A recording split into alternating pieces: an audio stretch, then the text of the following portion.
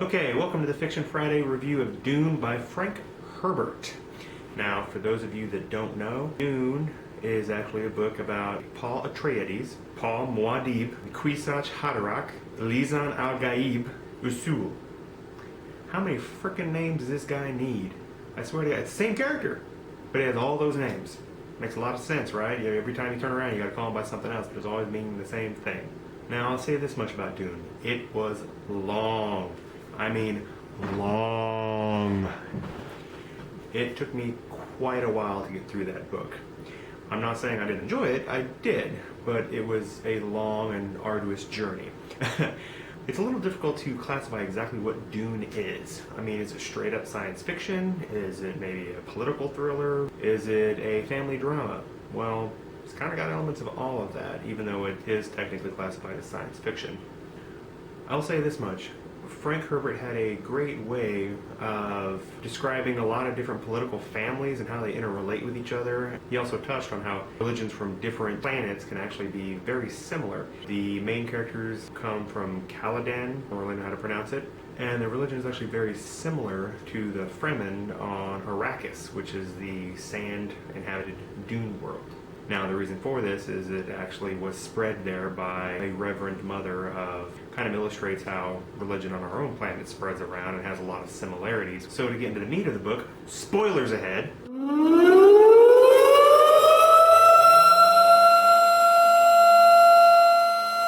So, you got it. Spoilers ahead, this is where you stop watching if you're wanting to read it on your own and not find anything out. So essentially, we have the House Atreides who comes to Arrakis to take over as kind of the ruling family. The Duke Leto is actually killed off fairly early in the book. I say fairly early, it's probably like 100 pages in. He's killed off by another one of the ruling families in the area called the Harkonnen, or Harkonnen. I'm not really sure how to pronounce that either. But these guys, from what I got, are kind of the douchebags of the universe. The main characters in the family are extremely fat and have to have like anti-grav things that keep them afloat because they can't even stand up on their own. The Duke of the Atreides family is actually murdered off, and the Harkonnens are going to pretty much kill the entire family and make it look like an accident.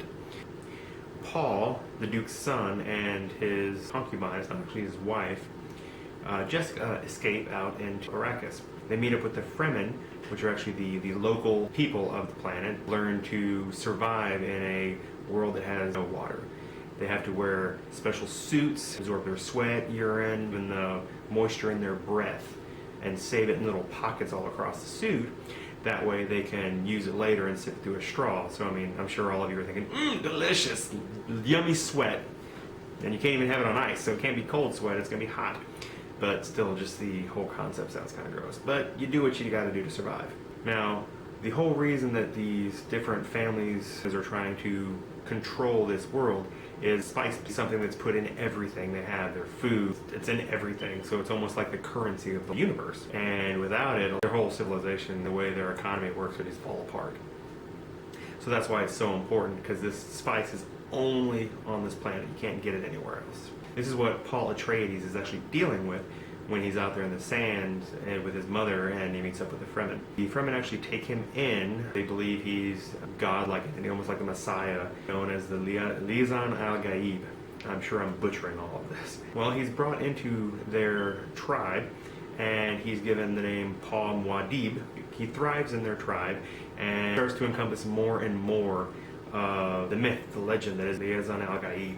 Well, he uses that to bring a war upon the Harkonnens that are actually currently running the planet to get revenge on what happened to his family. They attack the main complex. They kill off a number of the followers of the Harkonnen, including a lot of warriors known as the Sardaukar.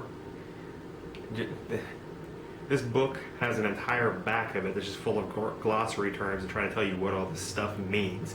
So that's why I'm having trouble pronouncing all these things, because there's like 150 terms in here that just... So he defeats the Harkonnens, and he defeats, all their warriors and stuff, and he's now in the main palace that the Duke would be living in, and the Emperor happens to be on the planet at the same time. He forces the Emperor to pretty much do what he wants. He decides he's going to marry the Emperor's daughter to be able to bring his status up and eventually become the Emperor himself. But while it sounds like I'm kind of jumping through some stuff, which I am skipping over a lot of stuff. I mean, it was over 800 pages.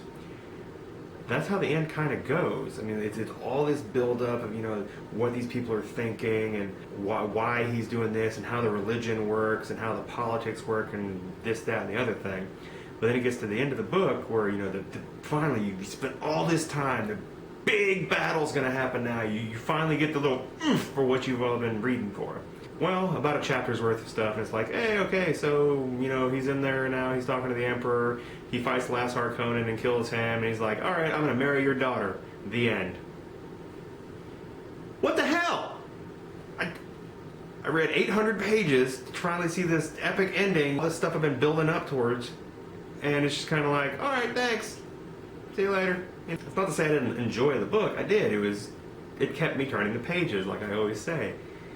But my God, like, the ending was so abrupt, it was open-ended too, to kind of let you fill in the gaps yourself, but it just kind of stop. Yes, there are sequels to this book, but I don't think, from what I'm reading, it doesn't look like it was actually intended that way. Dune did well, so he wrote more. But this book on its own, very hard start, very difficult to understand. A lot of terms are thrown your way that you have no idea what it is. They don't explain any of it. Luckily, the way it gets used in sentences, the more you get into it, the more you're able to actually pick up what some of this stuff is, like the Fedaykin and what the still suits are. The point is, though, even though it's really difficult to understand in the beginning, you do pick up on it. Doesn't mean you figure out what all of them are. Like I said, there's a giant glossary in the back to tell you what all these terms are. That's how many of them that are just like, I don't know what this is, you didn't explain it. A lot of extra information just kind of thrown at the end there because it's not really explained that well. Now, for those of you who love Dune, I'm sorry. I know there's probably people like, you know, rattling your saber at me, ready to come and punch me in the head if you can find me, just because I'm talking bad about Dune. The middle of it was really good. Like I said, it had a lot of intrigue in there about the characters, about the political nature of the planet, and all the religious aspects of the different people. Now, the end was so abrupt, you essentially you're flying down a highway and, you know, you brick wall. So I didn't like that. So with that in mind, the story, I mean, it's good. It wasn't great, but it was good. I would recommend for other people to read it, but I wouldn't give it, you know, like the highest praise. On Goodreads, I believe I gave it a 3 or 4 stars.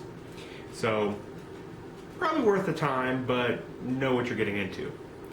Now, on a side note, this is one of those books that has actually been made into a movie. I hadn't actually watched said movie, which I believe was made in 1984, or at least released in 1984. Wow, so if the book was a bit of a jumbled mess, the movie was a pretty big jumbled mess of just what was going on. It was one minute you're here, the next minute you're thinking. I can only say it looks like it's pretty difficult to cover 800 pages of a book in, you know, about an hour and a half or so movie. So I mean, hey, teach their own. I'm sure there's plenty of movies I love. Like, I'm a big Back to the Future fan, and I'm sure there's people that hate that movie. So, but hey, that's kind of my take on Dune. Frank Herbert, I think he's a pretty decent writer. Just wasn't really my cup of tea when it kind of came to the ending. It just all build up, no ending. And on the news, please go ahead and if you like the video, give it a like. You can also follow me on Facebook at JD Martin Author. I'm also starting a YouTube page with these videos, and you can go to jdmartinbooks.com. Also want to make sure everyone's aware that my book is coming out April 4th. That's The Warbringer. And speaking of The Warbringer, it's actually available for pre-order right now on Amazon. So happy Fiction Friday. Thanks for watching, and you guys keep reading. Thanks.